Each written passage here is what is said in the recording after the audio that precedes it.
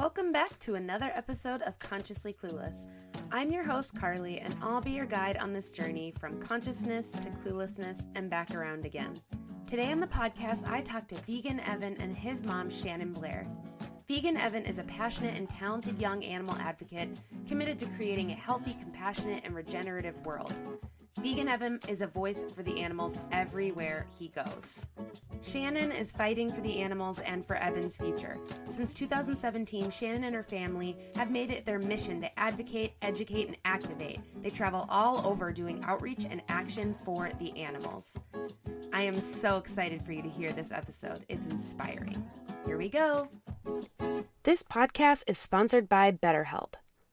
Is there something interfering with your happiness or is preventing you from achieving your goals? By now, you all know that therapy is an important part of my own self-care. It has truly been a game changer in every aspect of my life, including achieving goals. BetterHelp is the largest online therapy platform worldwide. They are changing the way people get help with facing life's challenges by providing convenient, discreet, and affordable access to a licensed therapist. BetterHelp makes professional therapy available anytime, anywhere, through a computer, tablet, or smartphone. You can start communicating within 48 hours. It's not a crisis line, it's not self-help. It is professional therapy done securely online.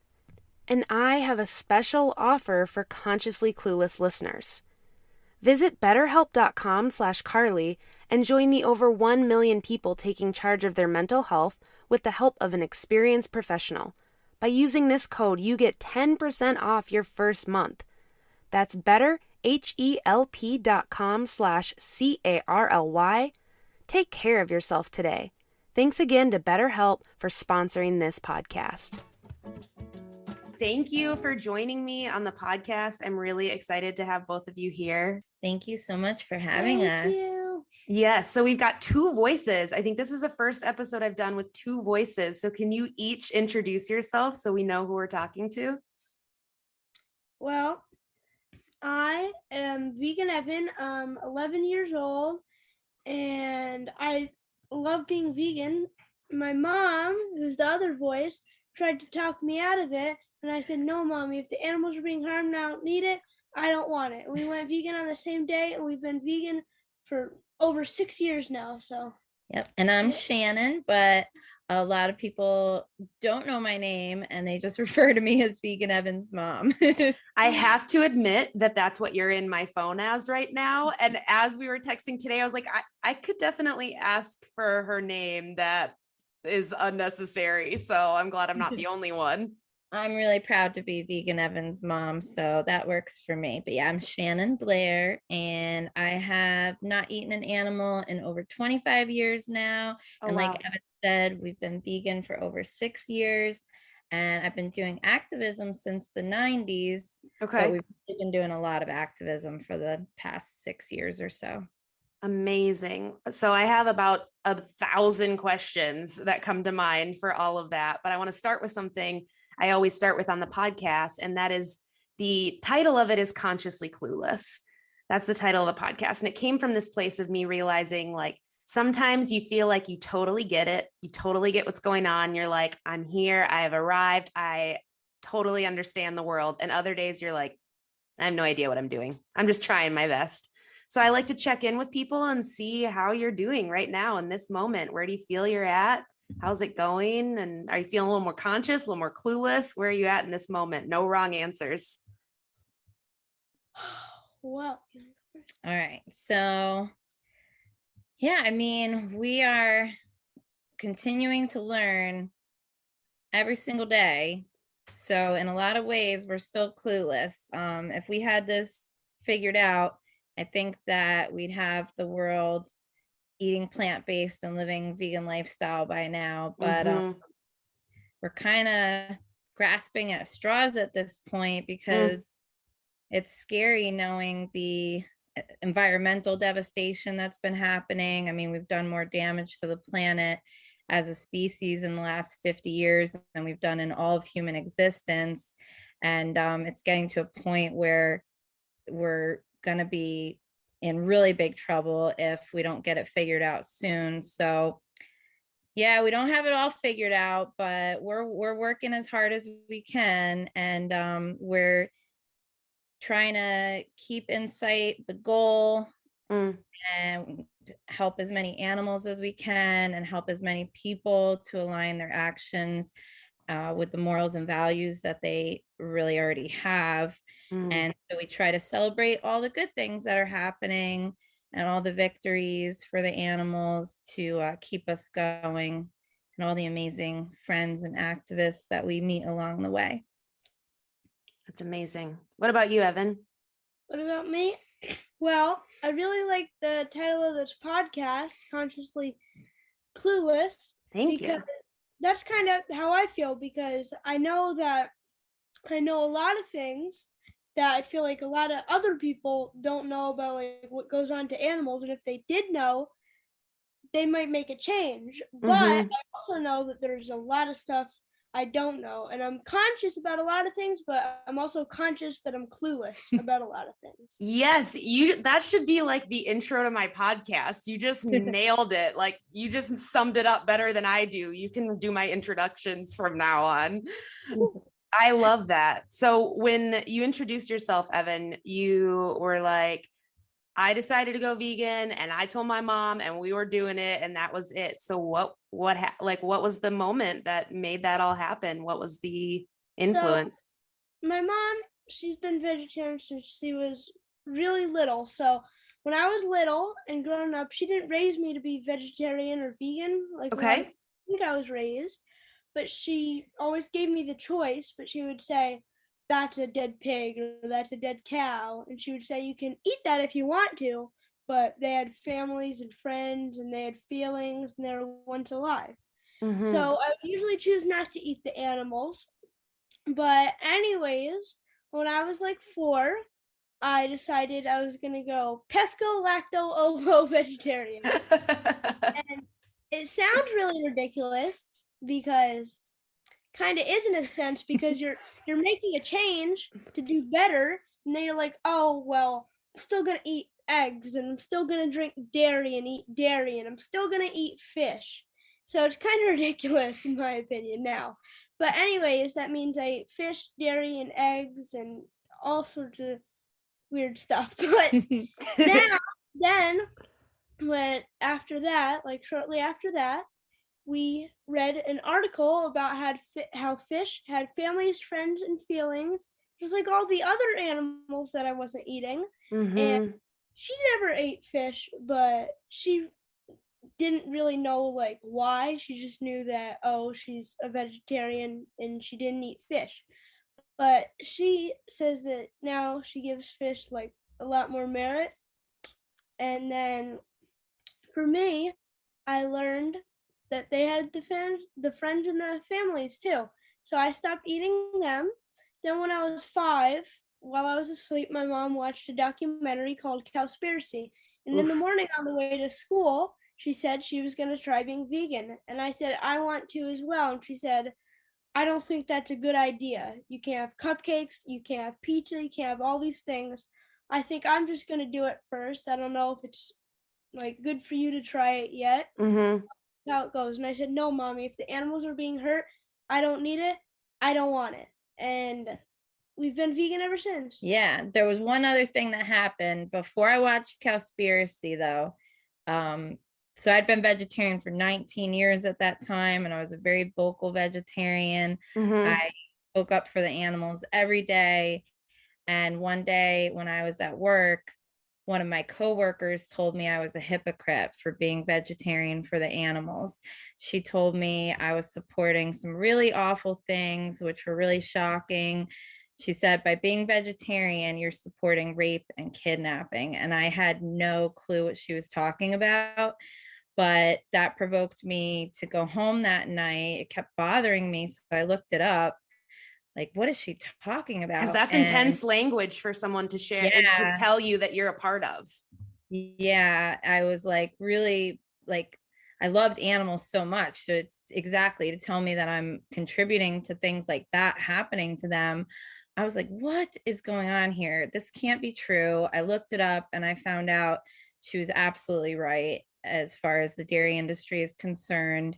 And so then that night after Evan had fallen asleep, we watched Cowspiracy, me and my boyfriend at the time. And then I was like, okay, I think that with all this combined, it's time for me to give it a try.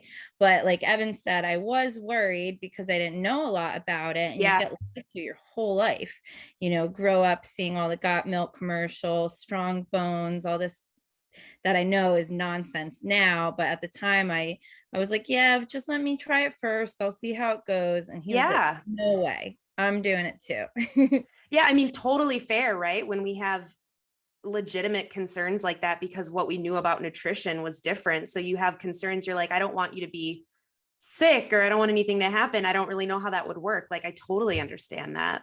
Yeah, it was that. And then also me just not wanting him to miss out on things that I thought were like important parts of my childhood. And of course, now we know we have vegan pizza, we have vegan cupcakes. We don't miss out on anything except the cruelty and, the bad stuff for our health.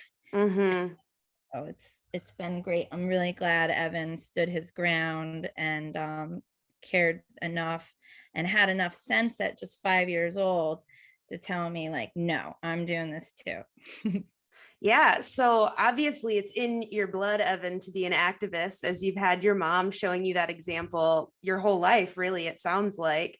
But what for you was like the beginning of becoming VeganEvan? Like you blew up as like the poster child for being a vegan kid. And it's so amazing. I mean, as an adult, I'm like, I've been following you for a couple of years and you're 11. So that's incredible. Like, where did it start to want to be speaking out more? Well, before I went vegan, when I was like the pisco lacto ovo vegetarian, I remember I made like videos about like on Thanksgiving how the turkeys want to live. And I think it was before I was vegan even. Didn't I make the cow shirt? Don't eat cows because they suffer and die. They don't like it, neither do I. And I made that into a shirt. And I think we attended like a circus protest or something, was one of our first things. But when I first started like speaking, we were at an Earth Day VegFest, I believe, and just randomly, one of the speakers or someone, they had like spare time. They're like, "Hey, do you want to come up here and say a few things?" So I went up there and I said a few things. That's how I started. And then we were going all around. We were doing way more activism. And oh geez, we did all sorts of stuff. We did vegan tours and stuff. And then we have friends who run VegFest, and they're like, do you want to come? And even when I'm not like speaking, they're like, oh, we have free time here. Do you want to come up and like do a song or say something? So yeah, you wrote your first rap when you were 5. I was going to say, whoa, we can't breeze by you saying, come up and do a song. I need more information. Are you a musician? Well, I kind of make like little kind of rap songs about being vegan in a sense. Yes. I did not know this. Yeah, he actually won the Miami Vegan Rap Battle a few years ago, and he was the only kid that entered. So we don't want to brag, but he beat out all the adults. Absolutely brag. That is something to brag about. That's amazing. And what a cool way to use music. Yeah. So Evan, I'm curious because your mom was saying she didn't want you to miss out on anything. Has there ever been moments where you feel like you've missed out on anything or had to like have awkward conversations or anything with your friends, or has it been hard in any way? So when I first went vegan, my grandparents' neighbor was having a birthday party, and there was like not a vegan cake there. And we didn't know at the time that there was like vegan cake, or else we would like made our own and brought. And that was like one of the only times ever. But then I went home and I was telling, I think, my mom or my grandparents about it. And like, wouldn't it be cool if there was a vegan cake? And I think shortly after that, we made a vegan cake and it was really good. And like anything anyone can make, we can make vegan. And if you don't like it how we made it, there's like 30 different vegan varieties of it. So that's really cool to, like, at least I think it is, that even if you don't like something one way, you can like it one of the other ways. Like if we made vegan bacon out of coconut flakes or something, out of tempeh, out of soy, out of seitan, make it out of all sorts of stuff. And conversations wise, you're saying, has there been like any awkward conversations? I love talking about veganism, and like I would have never guessed. And then like, most things people say, people make like a lot of the same excuses. They're like, oh, well, why do we have canines? And then they'll say like things like, oh, but I love eating meat or something. People say that a lot. So we got these like responses that as soon as they say that, we're like this or that. And we come back at them with good information. And then they're like, they're like, oh, well, you're right about that. And then a whole nother different topic. They feel guilty or something. They don't want to hear what's happening. Right. And because like might make them feel bad because they don't want to know what they're contributing to. They just want to eat. And that's all they think about. But if there's people's lives at stake, it matters. Absolutely. Absolutely. Have you had you feel like any friends or close family have gone vegan because of conversations you've had with them? Like, what are your success stories? I bet you have a lot. So I was homeschooled for 5 years after kindergarten. But when I was in kindergarten, my best friend in kindergarten, Riley, I was telling him about like the vegan stuff and all that stuff. And he said someday he wants to go vegan or at least vegetarian. And when it was his birthday, his mom made vegan cookies and brought them so I could have them too. And then like that same year, him, his sister, and his mom all went vegan. So their whole family went vegan. So that's pretty cool. That gave me a lot of confidence. Yeah, it makes you feel like things you say, people are listening. What about grandma? Yeah. So first with my grandma, she was a pesco-lacto-ovo vegetarian like me.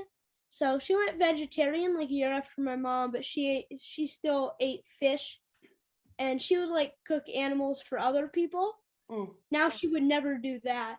But first off, she would eat fish. And once I went vegan, or once I stopped eating fish, I tried explaining to her that, oh, we save bugs. Like whenever there'd be a bug in the house, she'd have me yell, bug emergency. And she'd come with the cup and get them and put them outside.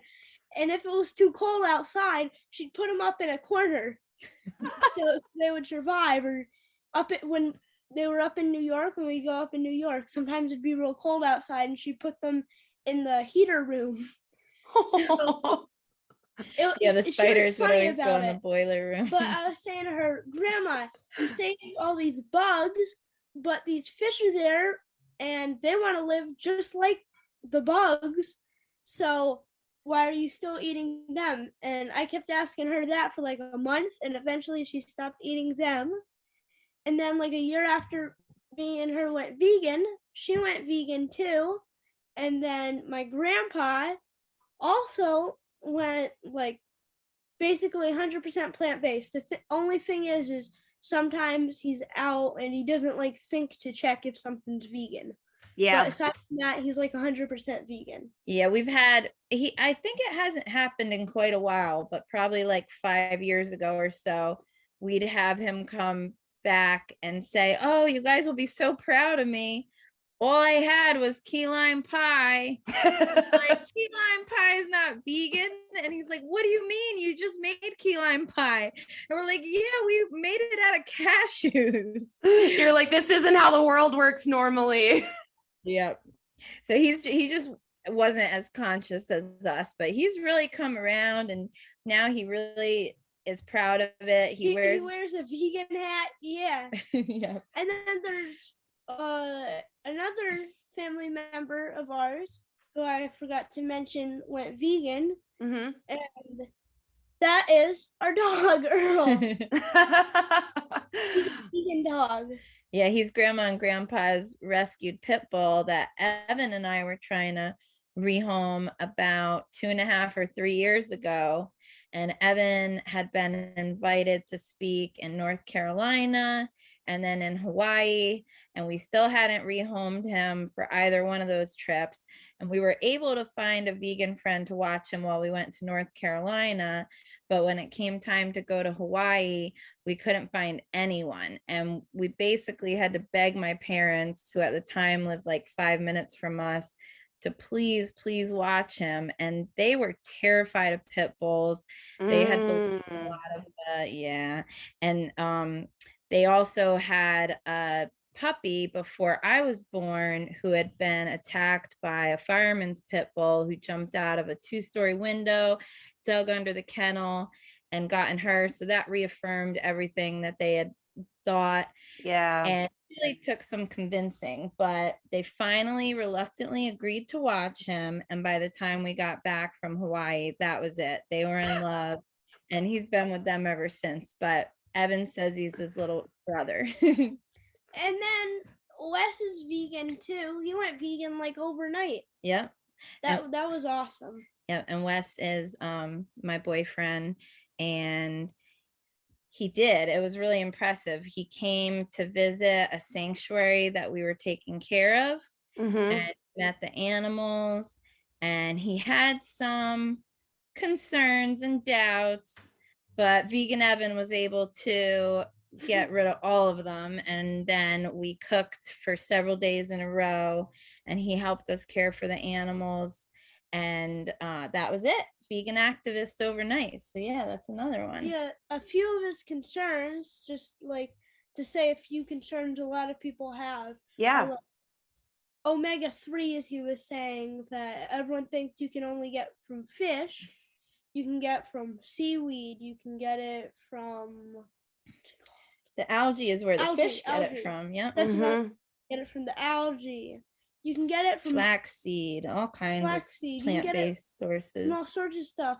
And then another thing, people are like, "Oh, B12." Now, B12, a lot of people think it's naturally like in the animals. Only reason it ever be in an animal is because the animals humans eat, they usually eat like plants that probably have a little bit of dirt on them, and in the dirt there's usually B12.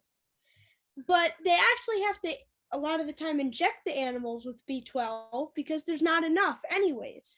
But so at that point, what we do is like, just to make sure we get enough, we take a spray. But that's not even like really required, because there's nutritional yeast, which we use in a lot of cooking, and that has B12 in it.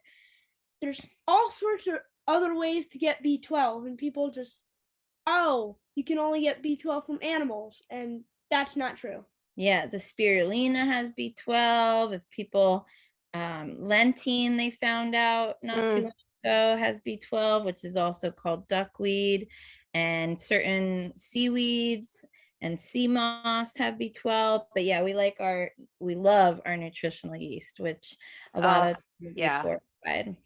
But everybody, whether they're eating plant-based or not, there's B12 deficiencies across the board, and it's because we've depleted the soil and we use too many fertilizers and pesticides. So even when there might be some, we end up washing it off. So it's just a good idea to take a precaution. Yeah, absolutely. And nothing wrong with making sure you're getting your nutrients, right? I think that you nailed it, Evan, too, that's often an excuse people come up with. It's funny when you tell someone you're vegan or talk to them about it and suddenly they become a nutritionalist.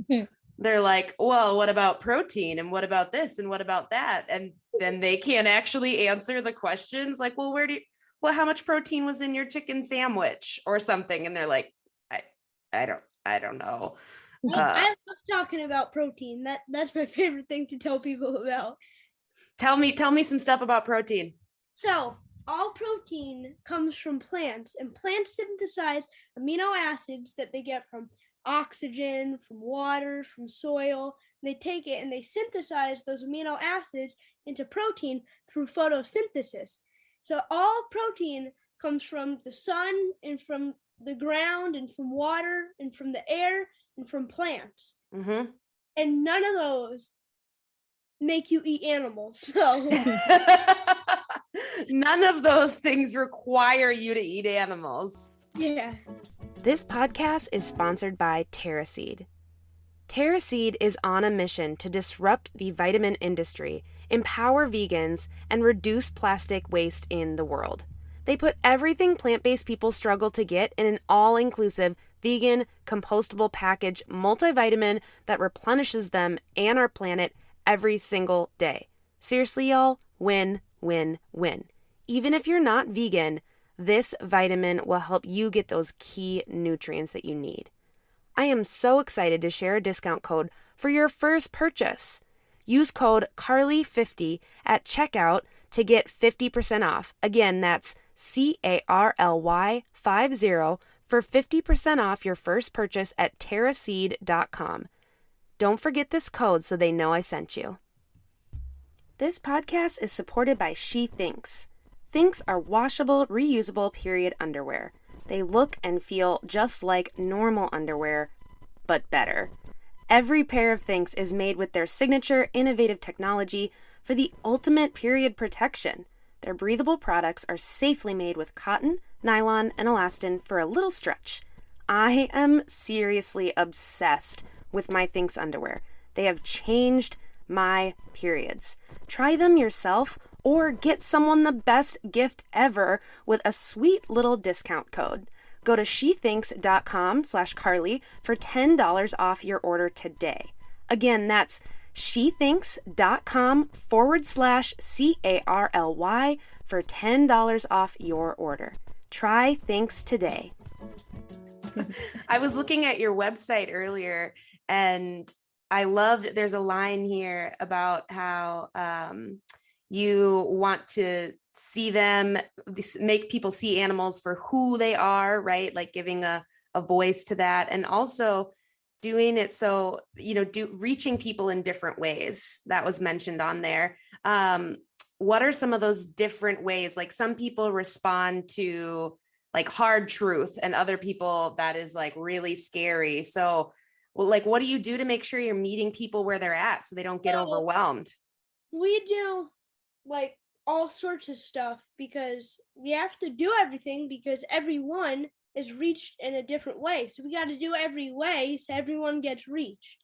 Mm-hmm. So some people are reached by like the more hardcore stuff. Like, for example, my favorite type of activism, a disruption, which is where like we go in with megaphones and like sirens, and then we hold up signs and we do speak outs, and we walk around and we walk out.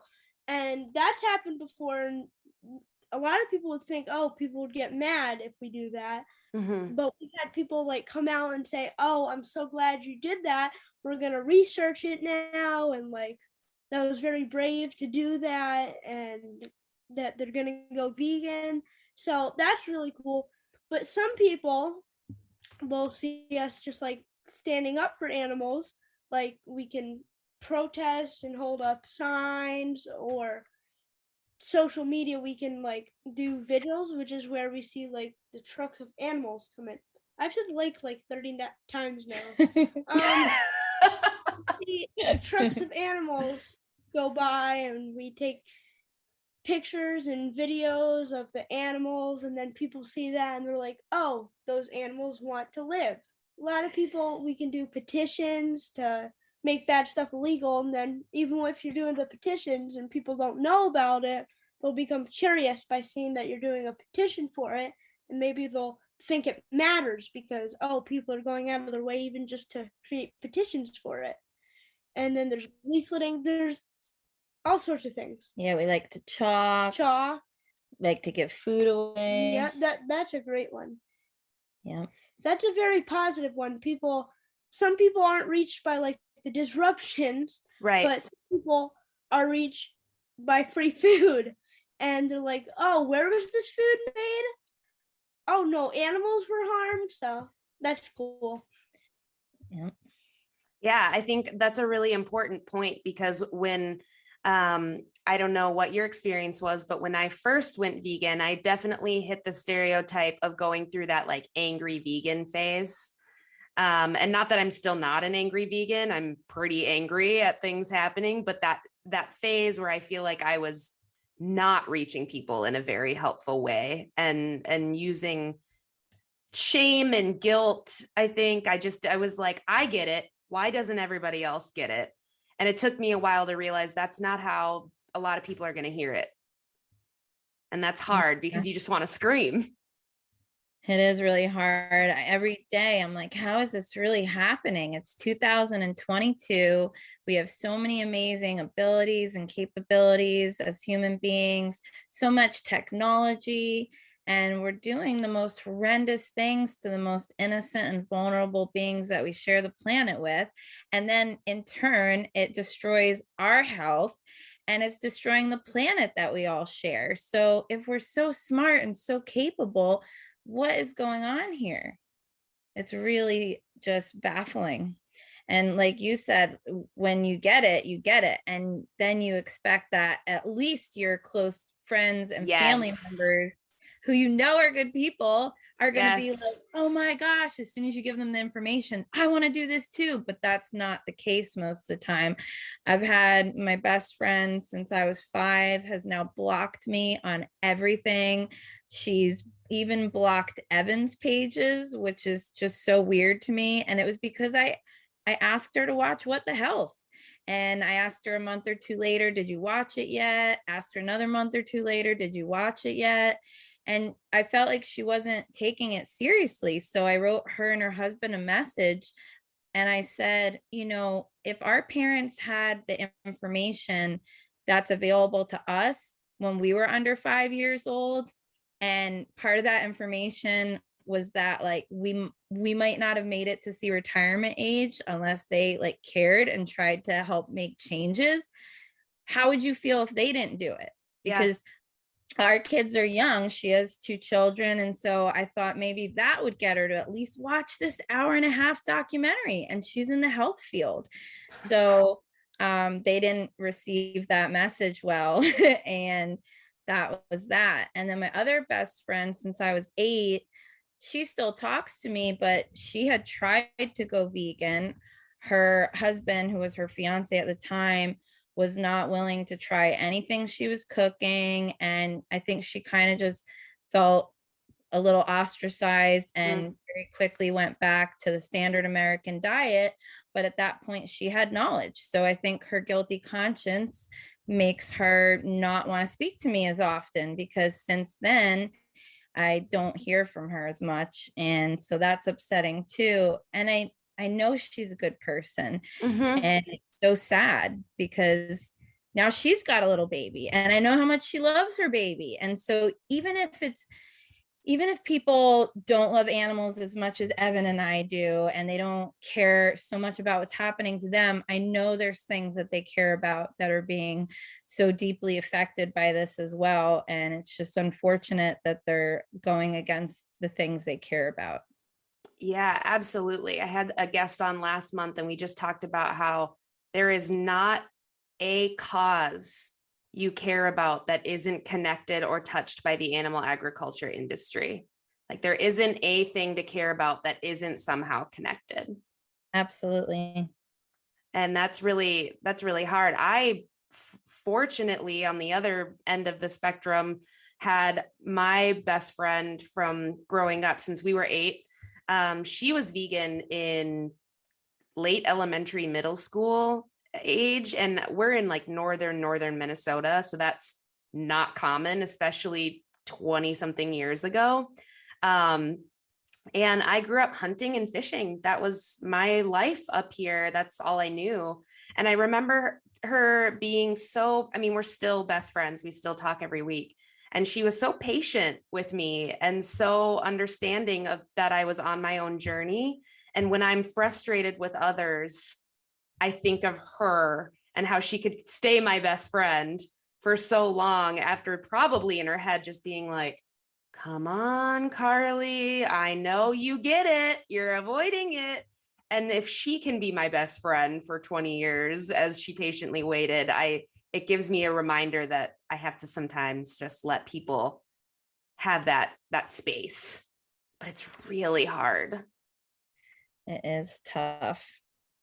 Do you have other youth, Evan, that you are active with, that you like have a group of people that you do protests with or do speak outs or some of the things you were naming? There's a lot more than I can name. Yeah. Which is a good thing to have, right? There's too many vegans to name. Yeah. Evan's got vegan friends all over the country and some that are in Canada and the UK and even Italy. But we would see them more regularly prior to the pandemic. We do have some in Florida that we still see pretty often. Yeah, and like Caden, Ian, those guys we see pretty often. We're going to see some of them this weekend. We have a 2-day activism mini tour with animal activism mentorship that's called the Tampa Turnout. So starting Friday night, Vegan will be staying here and Serenity will be here. And we'll probably see Caden. And then we're going to Chicago in the summer. And we know West Wind's going to be there. And we'll see. Yeah. So it's nice that we do get to see the same kids over and over. And then when we don't see them, you get to play video game. You were playing video games with Veggie the other night, right? That's really fun. I saw that you're the president of something. What are you the president of, Evan? I was the president of Animal Hero Kids, but now I am one of the co-presidents. Okay. And, like, part of the Animal Hero Kids group. But what is that group about? That group? Well, it's Animal Hero Kids, so it's kids being heroes to animals in all sorts of different ways. And like a lot of the times we hear stories and they have a book with all sorts of stories and there's recipes in there of like people helping animals. Like I think one of them, there was this dog that was this guy's dog and he was abusing the dog, I'm pretty sure. Mm-hmm. And the dog tried to run away and got stuck in a drain and they got to help the dog. It was something along those lines. And they got to help the dog. So like, and then they became like part of Animal Hero Kids because of that. And wow. Went around with them, and Animal Hero Kids are trying to get one Animal Hero Kids book in every school library, and they go around to all sorts of different schools and they read parts of the book to them. So that's cool. So what do you do when you are not saving the world and trying to make people go vegan? Or I know that you are an active 11-year-old in what you're doing, but what are the things you do to have fun and kind of take a break from that? I love like going to the school I go to because I get to see my friends and it's a plant-based school and I'm able to tell them all about like vegan stuff. So I really enjoy going to school every day, and then I come home and we do stuff. Sometimes we go to events and we do stuff for the animals, and then a lot of the times I play games. I like skateboarding as well. Our friend Cubby, who is also working at that same plant-based school, I go skateboarding with him sometimes, and he's teaching me how to skateboard. I think I'm gonna learn how to do an ollie soon. I'm excited. I've always wanted someone to teach me how to skateboard, but I want to do it where no one else can see me. I want like a one-on-one session in private, so no one has to see me fall off the first few times. Because like the one time I've been on a skateboard, I ended up running into a wall. It didn't work out well. So I'm a little nervous. Maybe someday you can teach me how to ride a skateboard. That would be very helpful. Maybe someday. Maybe. So you're in Florida, right? I was just gonna say I'm down in Florida. Where are you? I'm way up in Minnesota, like 40 minutes from Canada. That's right. Yep. And Canada. yeah, I'm way up there. So, but my dad lives in Florida, so I'm down there at least once a year. Oh, and that's cool. We'll get to see you sometime. That would be great because Alexis, who connected us, has been having some art shows and stuff down there too. And there's quite a few vegan, like amazing vegan people down there. I just feel like I want to go down to Florida and like do a circle tour. Yeah, Alexis is awesome. We just saw her at Central Florida Earth Day. Oh, yeah. She was volunteering too. She helped set up the night before with us. She's awesome. Yeah, she does so much with the college. And yeah, she was really fun to interview as well. I would love to. You're in Tampa area. Yeah. Yep. I would love to come someday and like have some vegan food. Show me your favorite spot. I also would love to visit a sanctuary down there. Yeah, we love going to sanctuaries. How many sanctuaries have you been to? I've been to over 30, and I think you've been to almost 30. I went to a couple without you. I've been to at least one or two without you. Oh, that's true. So maybe you're right with me. I've never been to an animal sanctuary. Really? Oh my goodness. I know.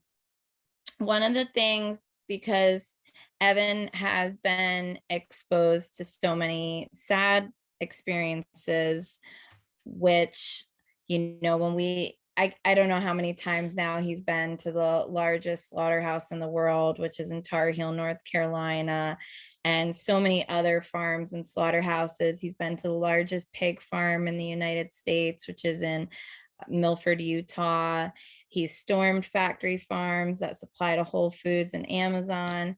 And whenever we see really sad things happening to animals, and it's especially upsetting because we know that the majority of the time we're not going to be able to help them, and they are going to be killed within probably 24 hours most of the time.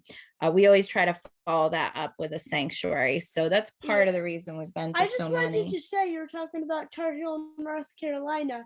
It's really sad. Like, if I go on like the phone and I go to maps and I put it on satellite, when I go to Tar Heel, I can just like move a tiny bit and you see a farm, and then there's a chicken or a turkey farm, and then there's a big feedlot for the cows, and you see all these rows of these metal sheds, and then you see these big pools of their pee and their feces, and it's disgusting. The residents near Tar Heel, near that area, they literally have, through the sprinklers, they spray all the feces of the animals, and it gets on like their doors and their windows, and they go outside and there's just like poop in the air, and they're constantly getting sick, and it's polluting the water. And it's really, really sad for these people because they didn't do anything wrong. Maybe that's the only area they can live in. And also for a lot of the workers, sometimes it's the only job they can get, and it's the only one in the area that like is hiring people. Mm-hmm. That's what we were talking about earlier, right? That there's like no issue that isn't intersected with animal agriculture and veganism, because it's workers' rights, it's pollution, it's a class issue in terms of like where people can live. It's all of it. And that's the thing that makes me want to scream the most. I think sometimes when talking to people is just like, I sometimes I want to be like, what do you care about? Let me tell you how it's related.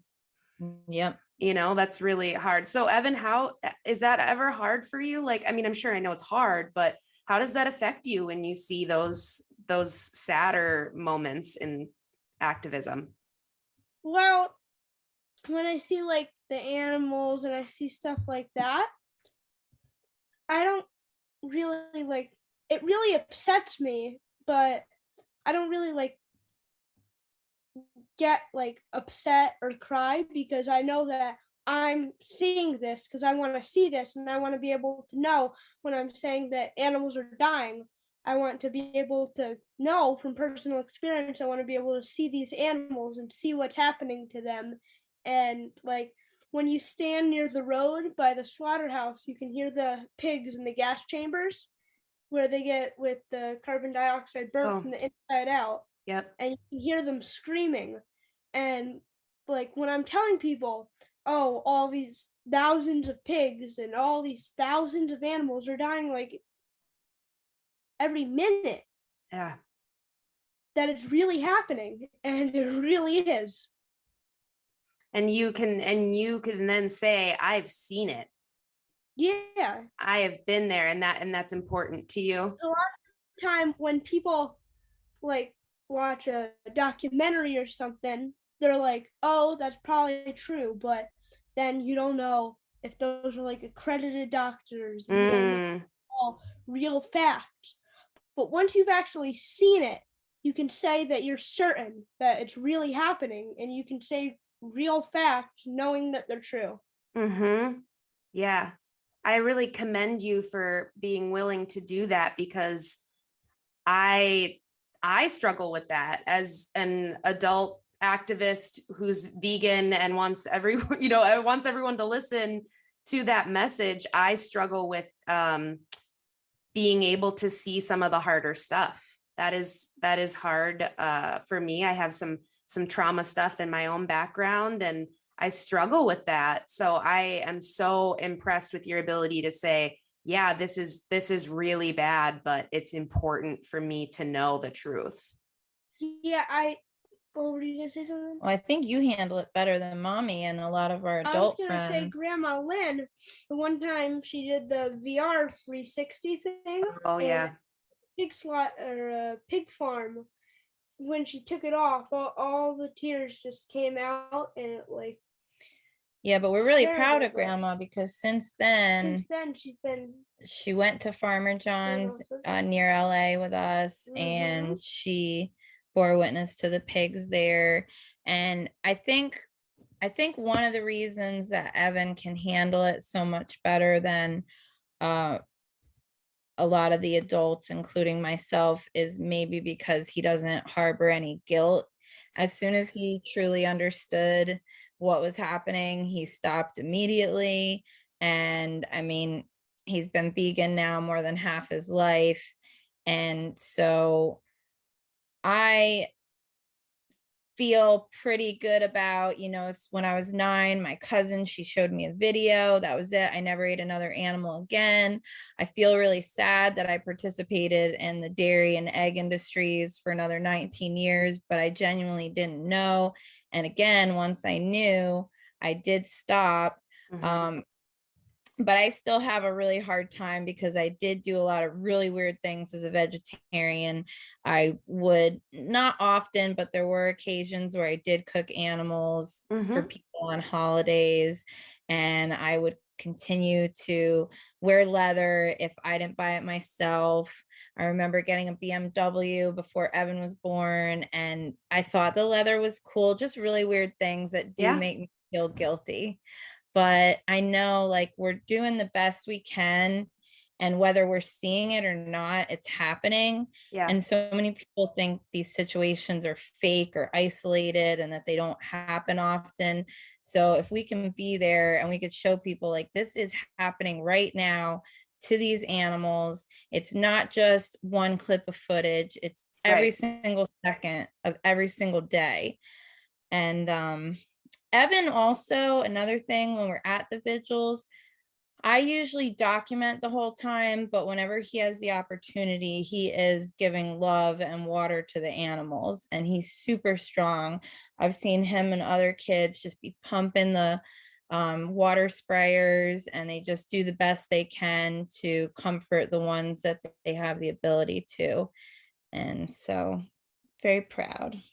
Absolutely. I just met you, Evan, and I'm just like, you're giving me hope for the future, truly, because not that it's on your shoulders, but it is so inspiring to see those conversations be more and more present among younger people.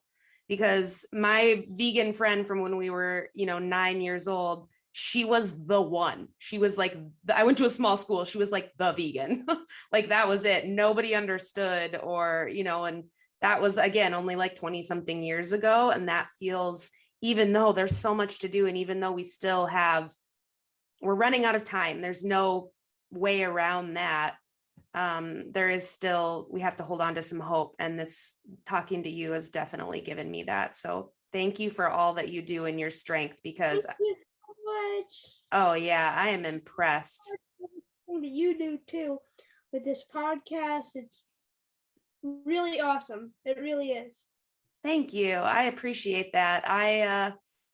Pandemic hit and I thought, yeah, I Google how to start a podcast. Let's see what happens. And here we are 2 years later. That's great. Yeah, that we went crazy when the pandemic happened because we couldn't do the activism we were used to doing. And like you just said, we're running out of time. So we're like, oh my goodness. And then on top of that, this pandemic is a zoonotic disease caused by our use and exploitation of animals. And now we're stuck in the house and can't even tell people. And so that's kind of how animal activism mentorship was born. We were all going crazy trying to figure out what can we do. I would love to get you into small town Grand Marais, Minnesota, to be spreading this message someday. If you ever are touring through the North Woods, that would be amazing, because I think it's also a conversation that happens more in different places, right? Like in bigger cities where there's more information and more access to things, and being in rural areas is hard to find events or to find ways to even get involved, or community. Definitely. Well, Carly, you can join Animal Activism Mentorship if you'd like. You can go to the animalsneedyou.com, and we try to help find community if there is any, and if there's not, then we help you get it started. I will definitely be talking to you more about that. Minnesota is one place we've never been, and we would love to go at some point. Come in, like, unless you love winter. Although I'm guessing not so much if you live in Florida, but honestly, I do not like the heat. I love Florida. I love where we are, but I don't like the heat at all. I love like snow. I love when we went up to New York City and snow everywhere. For some reason, everyone just seemed like so happy. I don't know. I don't know why. I just like the cold. Like, I don't get cold very easily. The cold also just like makes me tired. So like when I want to go to sleep, but I'm not like that tired, I have my fan over there and I sleep with my fan. It helps me get good sleep. But I agree with that. I have to have a fan to sleep. So if you like the cold, then come visit me, because I've still got snow at my house. Oh my goodness. Still? Oh yeah, it's a really, really late starting spring up here. Everyone's starting to lose their minds a little bit. We actually might break a record for how much snow we still have on May. What are we at now? May 3rd. Which is I'm not a fan. It's enough. Enough's enough. But yeah, it is a beautiful place. It would be lovely to connect more. Thanks for listening to another episode of Consciously Clueless. If you enjoyed this episode, hit subscribe wherever you're listening. If that's somewhere like Apple Podcasts, leave a review and you could be read on air as the review of the week. Looking for more podcast content, yoga videos, meditations, and all-around amazing community? Head over to patreon.com/consciouslycarly and check out what's going on. And finally, if you are ready to make changes in your life, but don't really know where to begin, let's work together. Head over to consciouslycarly.com and we can start the process and get you happy. Until next time.